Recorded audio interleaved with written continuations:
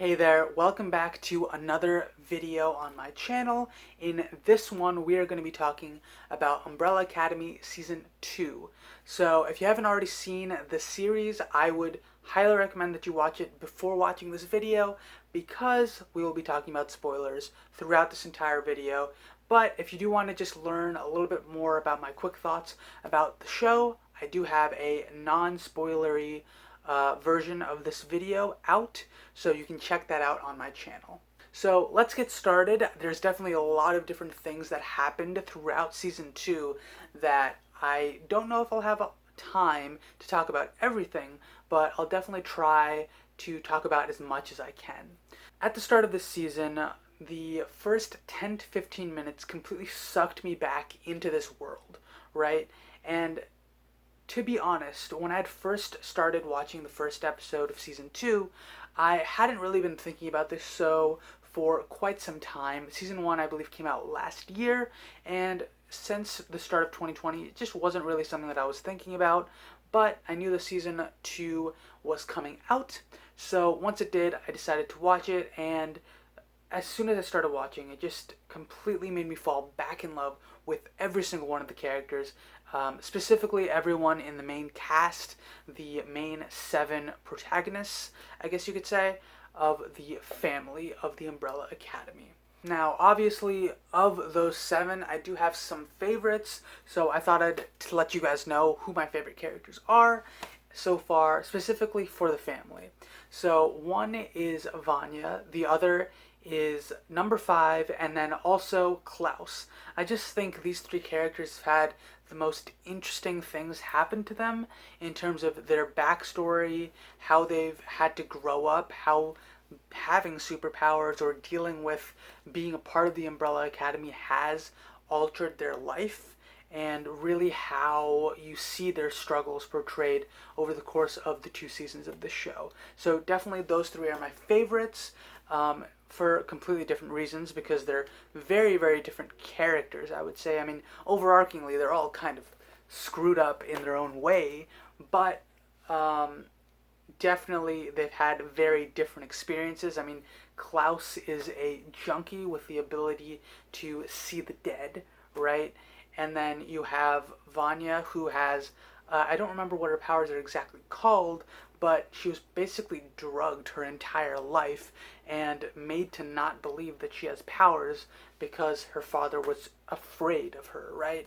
And then you have number 5, who got trapped in the future, became an assassin, trying to protect the timeline, and ultimately left the company that he was working for to try and save his family. So each of these characters, especially at the start of the show, have had such unique and interesting experiences. Not to say that the others haven't, but I just think that these 3 have done such an, have just had such an interesting arc so far. So, especially with Season 2, each of these characters, especially at the start of the show, have had such unique and interesting experiences. Not to say that the others haven't, but I just think that these 3 have done such an, have just had such an interesting arc so far. So, especially with Season 2, I think having number 5 come right into a new crisis, it's very interesting to see that he's not slowing down for a second. I mean, he's lived his entire life as an assassin, and it's really only been, by the end of the show, I think it's been, or by the start of Season 2, it's been 7 days, right? Or 7 or 8 days since he came back in time and rejoined his family. And during those 7 days, he was trying to stop the apocalypse, and now he's trying to stop the end of the world yet again. And this time it's even more stressful because it's an alteration to the timeline, such that things end in nuclear war after the assassination or failed attempt at the assassination of JFK, right? So definitely just the way that this season starts off, having Hazel come out, who, by the way, I think that we should have had more with Hazel. He was just such an interesting character that I'm glad that they bookended him, right? But seeing him a little bit more would have been very interesting. Because I would say, I mean, he was one of my favorites from Season 1. And I'm glad that they gave him a happy ending, so to speak. I mean, they gave him his happy ending with his girlfriend, whose name I'm blanking on, but definitely thought that that was a good thing to have for his character to kind of touch base on him, at least to bookend him from season one, and kind of guide Five at the start of his journey to see like to be like, this is what you have to do. You have to save the world yet again. You screwed it up. You shouldn't have come back in time. But definitely think that it's understandable. I mean, you can't focus on every single character all over again, right? So there have to be changes in terms of the roster, in terms of supporting characters, especially when you're going back in time. Obviously, things have to have changed. New characters have to be introduced with the whole time shifting thing as well. So, yeah, I understand why Hazel wasn't really focused on, though I do wish that he was a little bit, like, just had a little bit more time, you know? Yeah, that being said, I do think that the way that they brought everyone back in time worked very well. It made sense because Five doesn't know how to time travel properly. He's never done it well, right? The first time he got stuck in the future. The second time he got stuck back into his childhood body. So it makes sense with what they did, and I think it made a lot of good character development and gave us the chance to kind of reintroduce the characters in a sense that we get to see how they've integrated into the world of the early 1960s. We have Klaus, who started a cult, obviously, because he can resurrect the dead. He knows when the end of the world is. But not only that, like, he can use his dead brother to literally make it seem like he's levitating. Interesting times, but it just made so much sense for his character. Vanya forgets about her past, ends up living on a farm. I thought it was very interesting because she kind of found this sliver of happiness after feeling mediocre and worthless her entire life, right? So I think giving her that was very, very well done. It was a very interesting move because when she gets her memories back, it's nice to see that she's definitely more stable. I mean, she's off her meds. She is able to actually deal with at least some of the traumas that she's had by the end of the season. We don't get to see too much of that, but it seems like at least at the very end that she's kind of reconciled with her family to a degree, as opposed to what ended up happening in season one. Now, I will say that my favorite scene of this season has to be the family scene, where you have everyone in the Hargreaves family, minus Grace, but I mean, I don't even know if Grace is technically would have made sense to have been part of the family discussion anyway, because the version of her in the 1960s is the real original version of her, versus the one from season one is a robot that was made, and the robot is the one that raised the Hargreaves kids, the Umbrella Academy, right? So that kind of made sense. Also, bringing Pogo back in, just briefly made sense, and I really liked that as well. But this family scene is just so well done. It just falls into, like, it just devolves so well, and it makes so much sense with how much animosity and hatred and resentment that a lot of these characters have built up for the father that pretty much treated them like garbage their entire life, made them feel worthless, treated them like lab rats in a lot of ways. I mean, literally, Vanya was an experiment, basically, gone wrong to a degree. I mean, he couldn't understand how to deal with her powers, so he just put her on drugs and made it seemed like she didn't have powers, and it was kind of like he just kind of experimented and messed around with these kids to try and control them as best he could. And it's like, that's so sick and twisted, and seeing them knowing what will happen react to seeing this guy and being like, you're a shady piece of garbage, we do not appreciate your existence. And just that entire dynamic, and having their father be like, who are these crazy children, and how are they supposed to do anything if they act so dysfunctionally? And I do think that I'm going to talk a little bit more about this scene probably in a different episode, or maybe in another video later on down the line, because I just think it was so well done, and I don't really have the time here to go super into depth with it. So couple other things that I want to talk about, and since we're probably over 10 minutes right now, one is Lila, the character, done super, super well. I did not expect the twist with her character. I loved her relationship with Diego, and I liked that it wasn't all an act and that it kind of affected her later on, that she brought Diego in, tried to integrate him into her actual life, but that didn't work out. The reveal of her abilities. Her fight with Five was kind of when I realized that things were going to take a little bit of a turn with her character. I assumed she had powers at that moment. I just thought that for some reason they were the same as Five. I thought maybe somehow they were related or something like that, or because their powers seem to be exactly the same.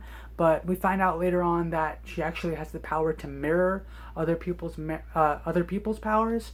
So I thought that was very, very well done with how they treated her character and had that reveal, because when that reveal happened, it didn't feel like it came out of left field. That was actually the moment when things clicked for me, and that's like a very, very good sign. So I just thought that the entire way that they portrayed her character, the way that her story arc went, it just made a lot of sense. And I really loved how they integrated the handler as well as Five into her backstory, and I thought it was done very seamlessly in a lot of ways. Sometimes it feels weird to have a new character that has existing relationships with other people and they just kind of appear and you don't really know how they fit in, things like that. And it just feels a little bit forced when things like that happen. But in this case, I thought that they just did a very, very good job at integrating her. They had that thing that they've done in season 1 and they pretty much do this with every single character, even in season 2, where they have an explanation of how they got to where they are, and that's done through like flashbacks through different scenes throughout this person's life. And I thought that they just carrying over that kind of methodology for a side character as well was just done very, very well. So yeah, I really, really enjoyed how they handled her character, and I really hope that we get to see her again in the future.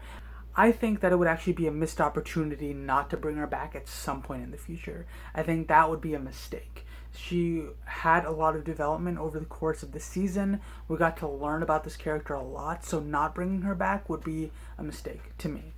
Now, that being said, I do want to see more and more and more powers appearing, especially for season 3, especially with the changes that they've made to the timeline with the Sparrow Academy and Ben being alive, all of that. I want the other members, at least some of them, to be completely new, right? I don't want everyone to just be the same people. I think that would be very weird to do it that way, but yeah, so ideally we would have more people with different powers, maybe even see more people in the larger world with powers, how that's kind of been integrated into society, and how the 7 siblings of the Umbrella Academy will have to deal with the members of the Sparrow Academy and the larger, I guess, superhuman community as a whole. The other thing that I really, really look forward to seeing more about is Sir Reginald Hargreaves. We need to delve a little bit more into his backstory, because we find out that potentially he's an alien. I presume he's an alien. I don't think he would be anything else. And yeah, so I'm pretty sure he's just an alien. And I want to know how he wound up on Earth, for one thing. And on top of that, why he created the Academy to begin with, right? As well as what the changes he made were to the timeline after meeting his children in the past. So yeah, definitely think there's a lot that happened in this series that can be built upon moving forward, right? How these changes to the past have really affected the larger world. Are certain people dead? Are certain people alive? Things like that. How have their changes impacted the timeline? Specifically, we know that Apocalypse doesn't happen in 2019, so the timeline continues clearly, but beyond that, what else has changed? So I'm very excited to see what changes we get to see in a potential season 3. The last thing that I felt I needed to mention, and I feel like it would be weird if I didn't, was the whole time frame, right, that they're in, being in the 1960s. And I think it was just very, very well done with Allison's character, how she kind of became an activist, how she became involved with the whole civil rights movement. I think it would have been very easy to kind of not address that as much as they did. So trying to tackle that in the manner that they did, making Allison really try to do something for the 1960s people of the African American community, just of the people of color. I just think it worked a lot better and it added a lot more to her character. And I love how this, of all things, was the first real thing that she did, that she feels is a huge accomplishment to have made without her powers, without the use of her powers. I mean, we learned that she hasn't touched her powers pretty much for, I think it's a year or 2 years that she was there, and she never used her powers since she went back in time. So I think just very, very well done. And her husband, everything with it, I just thought was very, very well done. Hopefully, I mean, I doubt that we will ever see her husband again, but I would definitely welcome him returning at some point as well. Either as an old man, potentially, though it has been 60 years, so he'd probably be somewhere around above 80, maybe 90, something like that. So I think that would be a very interesting interaction that they could potentially have, talking about how things changed, how the world was impacted by Allison being there, but also just how he impacted the world after Allison left. I think that could be a very interesting conversation. So yeah, that's pretty much all I want to talk about in this video. There's definitely a lot more that happened throughout the season. There just isn't enough time to talk about everything. So I might actually end up making a few more episodes about this because I did just really, really enjoy this season. So I might just want to talk a little bit more about it. So yeah, let me know what you guys think about this video, and I will catch you guys in the next one. Bye.